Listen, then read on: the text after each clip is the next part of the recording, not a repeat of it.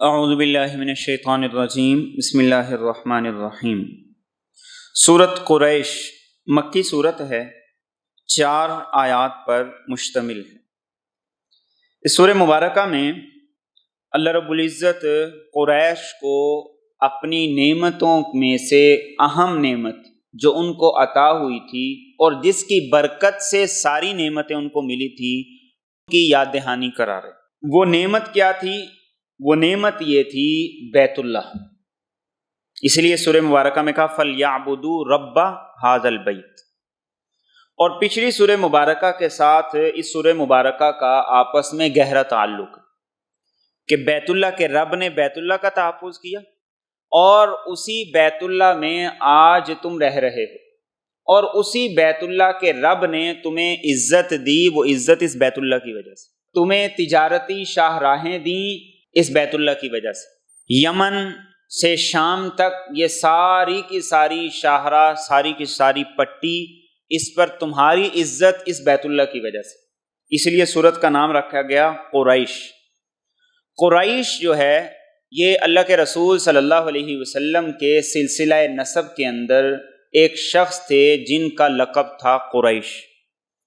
وہ بہت بہادر تھے اور اتنے بہادر تھے کہ ان کے مقابلے میں کوئی بھی آدمی آتا تو وہ ٹھہر نہیں سکتا تھا۔ اس لیے یہ کہا گیا کہ قریش اس کا لقب ہے۔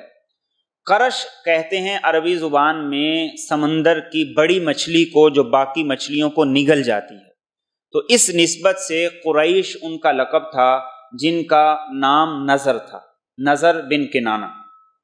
تو قریش ان کا لقب تھا اور اس کے بعد سے پورے قبیلے کا نام قریش پڑ گیا۔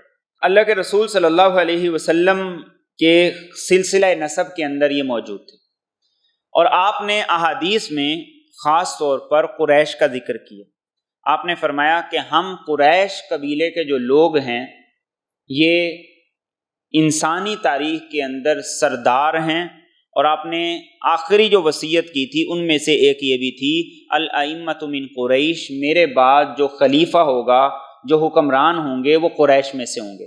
اس لیے حضرت سعد بن عبادہ رضی اللہ تعالیٰ عنہ جب انہوں نے انصار میں سے ایک آدمی کو آپ صلی اللہ علیہ وسلم کی وفات کے بعد خلیفہ بنانے کی پیشکش کی تھی، تو اس موقع پر انہیں یہی حدیث سنائی گئی تھی کہ آپ نے فرمایا تھا کہ قریش جو ہیں میرے بعد ان میں سے خلیفہ بنے گا۔ تو ابوبکر صدیق رضی اللہ تعالیٰ عنہ قریش میں سے تھے، اور آپ نے احادیث میں بھی اس کا تذکرہ کیا۔ آپ نے فرمایا کہ اللہ رب العزت نے اسماعیل علیہ السلام کی لڑی میں سے انتخاب کیا بنو کنانہ کا، اور پھر ان میں سے انتخاب کیا قریش کا، قریش میں سے انتخاب کیا ہاشم کا، اور ہاشم میں سے انتخاب کیا میرا۔ یہ اللہ کا انتخاب ہے جو اللہ رب العزت نے پوری دنیا کے لوگوں کو چنا۔ عرب ایک طرف کیے، عجم ایک طرف کیے، پھر جو عربوں میں سے اسماعیل علیہ السلام کی لڑی، پھر ان میں سے بنو کنانہ، پھر ان میں سے قریش، پھر قریش میں سے ہاشم، اور پھر ہاشم میں سے رسول اکرم صلی اللہ علیہ وسلم کا انتخاب کیا گیا۔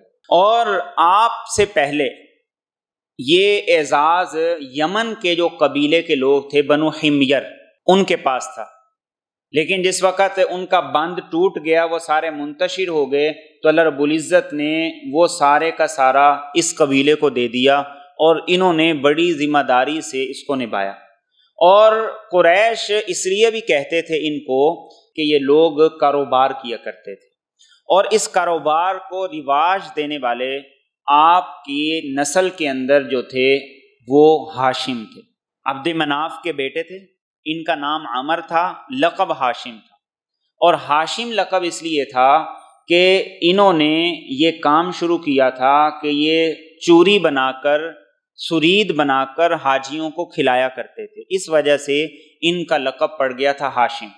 تو عبد مناف کے 4 بیٹے تھے، ایک کا نام ہاشم، لقب یہ تھا، نام عمر تھا، ایک کا نام تھا نوفل، ایک کا نام تھا عبد شمس، ایک کا نام تھا مطلب۔ یہ 4 بیٹے تھے، اور ان چاروں کا بڑا اثر و رسوخ تھا۔ تو ہاشم نے آگے بڑھ کر قریش کو یہ راہ دکھائی کہ ہمیں کاروبار کرنا چاہیے، تجارت کرنی چاہیے، اور ہاشم نے اپنا اثر و رسوخ استعمال کیا، اور اثر و رسوخ استعمال کرتے ہوئے اس نے شام کے جو حکمران تھے ان سے اپنے تعلقات بنائے، اور مطلب نے، نوفل نے اور عبد شمس نے، انہوں نے کسی نے حبشہ سے، کسی نے یمن سے، کسی نے فارس کے جو بادشاہ تھے ان سے اپنے تعلقات بنائے، اور اس طریقے سے وہاں پر کاروبار کی اجازت حاصل کی۔ واقعے کی تفصیل امام قرطبی نے یہ لکھی ہے کہ یہاں پر چونکہ مکہ میں کاروبار کوئی ہوتا نہیں تھا، اور بنجر بیابان ایک جگہ تھی، ایسا خطہ تھا جہاں پہ کچھ اگتا بھی نہیں تھا، کالے سیاہ پہاڑ تھے، تو یہاں پر جب بھی کوئی قبیلہ آ کے رہتا ان کا گزر صرف ان نذرانوں پہ ہوا کرتا تھا جو حج کے موسم میں لوگ ان کو دے کے جایا کرتے تھے۔ حج کے موسم کے بعد کچھ عرصے تک وہ اس پہ گزارا کرتے، اور گزارا کرنے کے بعد پھر جب ان کے پاس ختم ہو جاتا تو وہ کسی سے مانگتے نہیں تھے، سوال نہیں کرتے تھے، وہ اپنا خیمہ یہاں سے باہر نکالتے، ایک خیمے میں جا کر رہتے اور بھوک سے مر جاتے تھے، لیکن سوال نہیں کرتے تھے۔ آپ کے سلسلہ نسب میں جو یہ ہاشم تھے، ان کا بیٹا تھا، اس کا نام تھا اسد، اس کی ایک دوسرے قبیلے کے آدمی کے ساتھ دوستی ہو گئی۔ اب جب اس سے دوستی ہوئی تو اس دوست نے اس کو بتایا کہ ہم نے یہ فیصلہ کیا ہے، ہمارے پاس کھانا پینا سب ختم ہو گیا ہے، ہم وہاں جا کے اپنا خیمہ لگائیں اور اس خیمے میں جا کر ہم جب تک موت نہیں آتی مر جائیں، فاقے سے سوال نہ کریں کسی سے۔ تو اسد نے اپنی ماں سے کہا کہ ایسے میرا دوست ہے، اتنے مشکل حالات کے اندر ہے، وہ یہ چاہ رہے ہیں۔ تو اس کی ماں نے کیا کیا، کچھ چربی دی، کچھ گندم یا جو بھی تھا وہ دیا، اور کہا کہ اسے جا کے دے۔ کچھ دن گزارا ہوا، پھر وہ یہی بات کرنے کے لیے آ گیا، تو اس نے پھر اپنے باپ ہاشم سے کہا کہ یہ بات ہے، اور یہ ایسے خودکشی، ایک اعتبار سے خودکشی تھی، ایسے وہ اپنا خیمہ علیحدہ لگانا چاہتے ہیں، تو اگر اس طرح چلتا رہا تو کیا ہوگا؟ تو ہاشم جو تھے انہوں نے پورے کے پورے علاقے کے جتنے قبیلے تھے، لوگ تھے، ان سب کو اکٹھا کر دیا، اور ان کے سامنے اکٹھا کر کے بڑی زبردست قسم کی تقریر کی، اور یہ کہا کہ اگر ایسا ہوتا رہا تو ایک ایک کر کے سارے مرتے جائیں گے، ہماری تعداد کم ہوتی جائے گی، اور دوسرے قبیلے ہم پہ تسلط حاصل کر لیں گے۔ اللہ نے ہمیں یہ اعزاز دیا ہے، بیت اللہ کی ہم خدمت کر رہے ہیں، تو ہمیں اس کے لیے کوئی راستہ نکالنا چاہیے۔ تو سب نے بیک زبان ہو کر کہا جو آپ کہتے ہو وہ کرتے ہیں۔ تو ہاشم نے کہا سب سے پہلے تو جو یہ خاندان مر رہا ہے اس کا تم انتظام کرو۔ تو سب لوگوں نے حسب استطاعت گندم دی، یا جو چربی تھی یا وہ اور چیزیں تھیں وہ ان کو دیں، اس خاندان کو سب سے پہلے سب کچھ دیے۔ اس کے بعد ہاشم نے کہا کہ ہمیں تجارت کا سہارا لینا چاہیے، تجارت کرنی چاہیے، اور تجارت کرنے کے لیے 2 روٹ مقرر کیے گئے، ایک یمن کا تھا، ایک شام کا تھا۔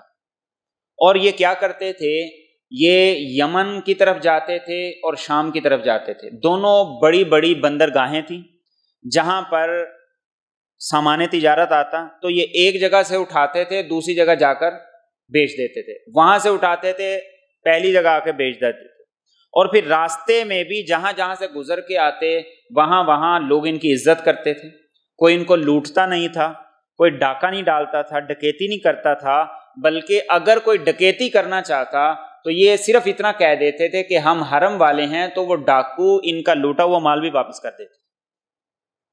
تو قرآن کریم نے اس شاہراہ کا تذکرہ کیا، اور یہ تذکرہ کیا کہ دیکھو تم کیسے بھوک سے مر رہے تھے، خوف ہر طرف سے تمہیں گھیرے ہوئے تھا، اور اتنا خوف تھا کہ کوئی آدمی رات کو آرام سے سو نہیں سکتا تھا، گھر سے باہر نکلے تو یہ پتہ نہیں ہوتا تھا کہ واپس آئے گا یا نہیں، دشمنیاں اتنی زیادہ تھیں، اور سمندر کے سفر پہ جائے تو قزاق ہوتے تھے، وہ لوٹ لیا کرتے تھے۔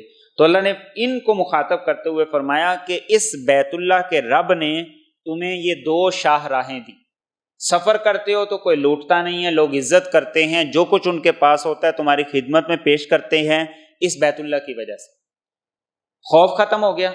اور دوسری بات یہ کہ گرمی اور سردی کے موسم میں اس کے اعتبار سے اللہ نے تمہیں یہ 2 شاہراہیں دی دی، 2 روٹ دے دیے۔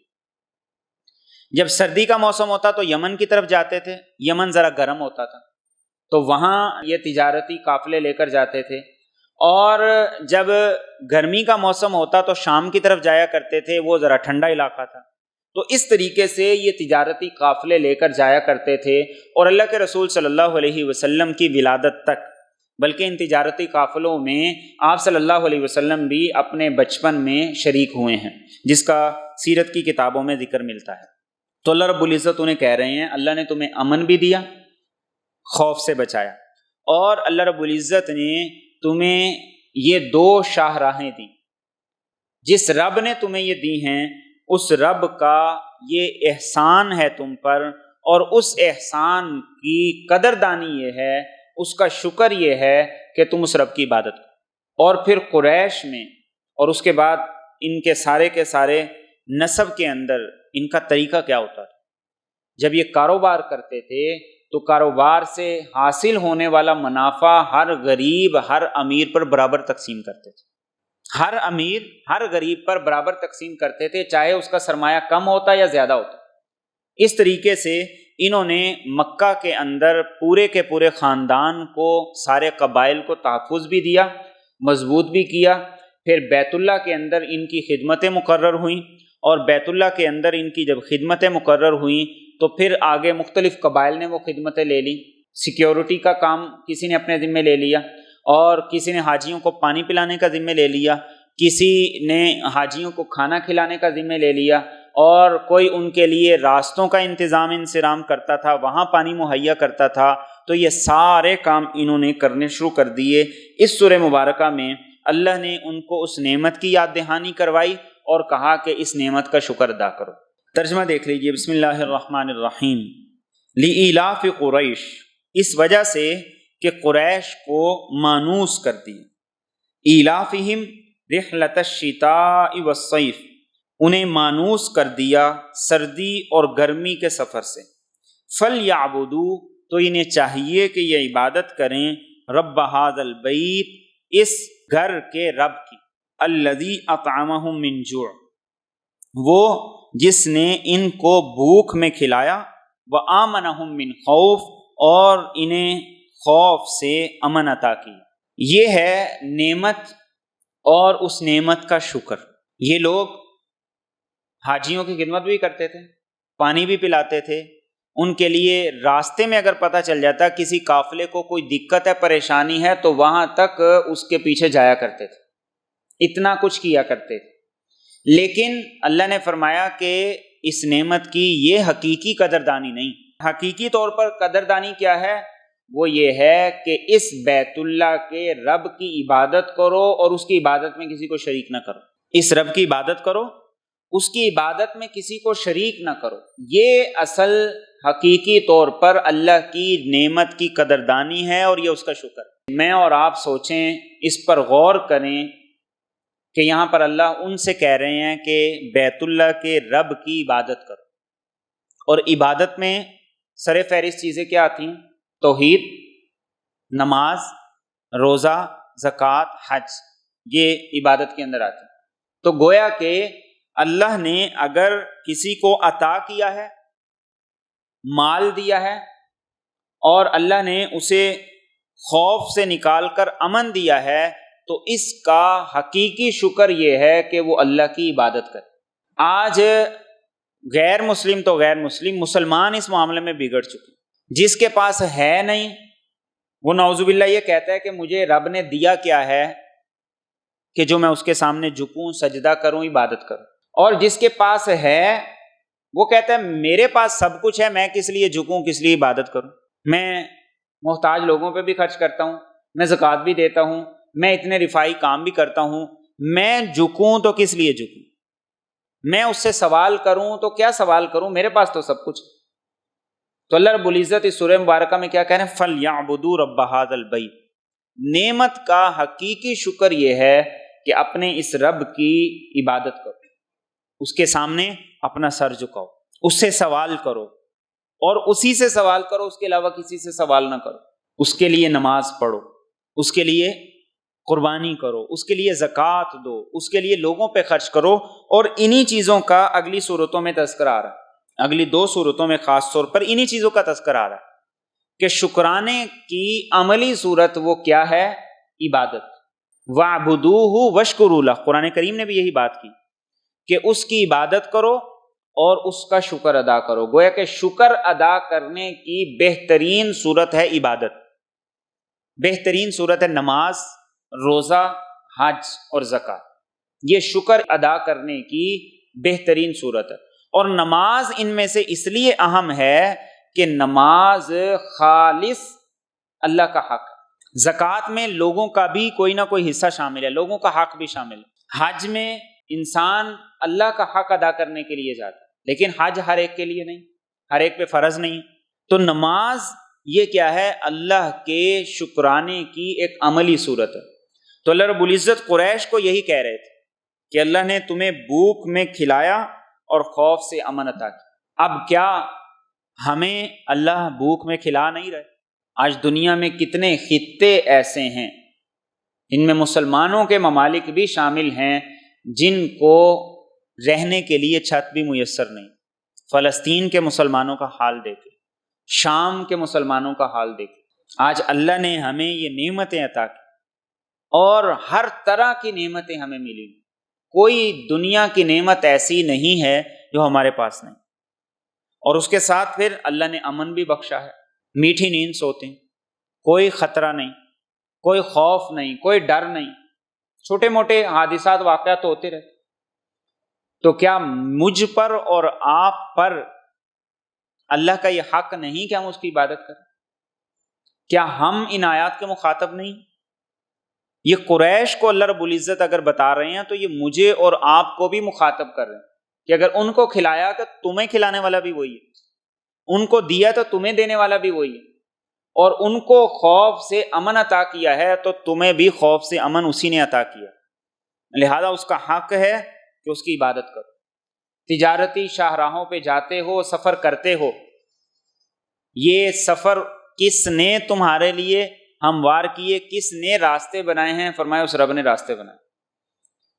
گرمی کے موسم میں ایک علاقے میں چلے جاتے ہو، سردی کے موسم میں دوسرے علاقے خطے میں چلے جاتے ہو اپنی چھٹیاں گزارنے کے لیے، اپنے وقت کو گزارنے کے لیے، تو فرمایا جس رب نے یہ نعمتیں تمہیں عطا کی ہیں اس کا حق یہ ہے کہ تم کیا کرو؟ اس کی شکر گزاری کرو، اس کے سامنے جھکو، اس کی عبادت کرو۔ تو سورت کا نام اگرچہ قریش ہے، مخاطب اگرچہ قریش ہیں، لیکن یہ میرے اور آپ کے لیے جب ہم نماز میں پڑھیں تو یہاں پر یہ چیز ہمیں یاد آنی چاہیے، الذی اطعمہم من جوع وآمنہم من خوف۔ اور یہ وہ دو چیزیں ہیں جو کسی بھی علاقے میں، کسی بھی خطے میں اگر اللہ کسی کو عطا کر دے تو وہ علاقہ خوشحال بن جاتا ہے۔ ابراہیم علیہ السلام نے اس علاقے اور اس خطے کے اندر جس چیز کی سب سے پہلی دعا کی تھی ان میں سے ایک چیز امن تھی، ایک چیز امن تھی، اور دوسری چیز کیا تھی؟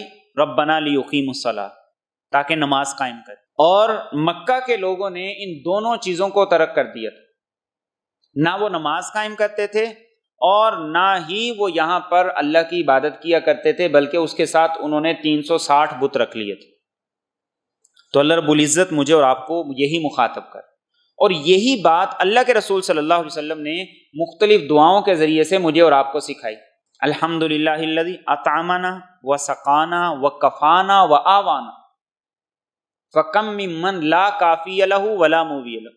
تمام تعریفیں اس اللہ کے لیے جس نے ہمیں کھلایا، ہمیں پلایا، ہمیں کافی ہوا، ہمیں ٹھکانہ دیا، اور فرمایا کتنے ہی ایسے لوگ آج دنیا میں موجود ہیں لا کافی لہ ولا موی لہ، نہ ان کی کوئی کفایت کرنے والا ہے، نہ کفیل ہے، اور نہ ہی کوئی ان کو پناہ دینے والا۔ تو یہ دعائیں اللہ کے رسول صلی اللہ علیہ وسلم کی یہی مجھے اور آپ یاد دہانی کرواتی ہیں کہ اللہ کی ان نعمتوں کی اس طرح قدردانی کرے جس طرح قدردانی کرنے کا حق ہے۔ تو نماز میں جب بھی یہ سورت پڑھیں، جب بھی نعمتیں ہمارے سامنے آئیں تو ان نعمتوں کے شکرانے کا سوال اپنے آپ سے یہی کریں کہ میں اللہ کی عبادت کتنی کرتا ہوں، اور جس شکر کو اللہ شکر کے طور پہ پسند کرتے ہیں، چاہتے ہیں، میں اس میں کس حد تک لگا ہوا ہوں، اور پھر اس کے بعد یہ کہ اپنی اولاد کو اس میں کس حد تک لگا رہا ہوں۔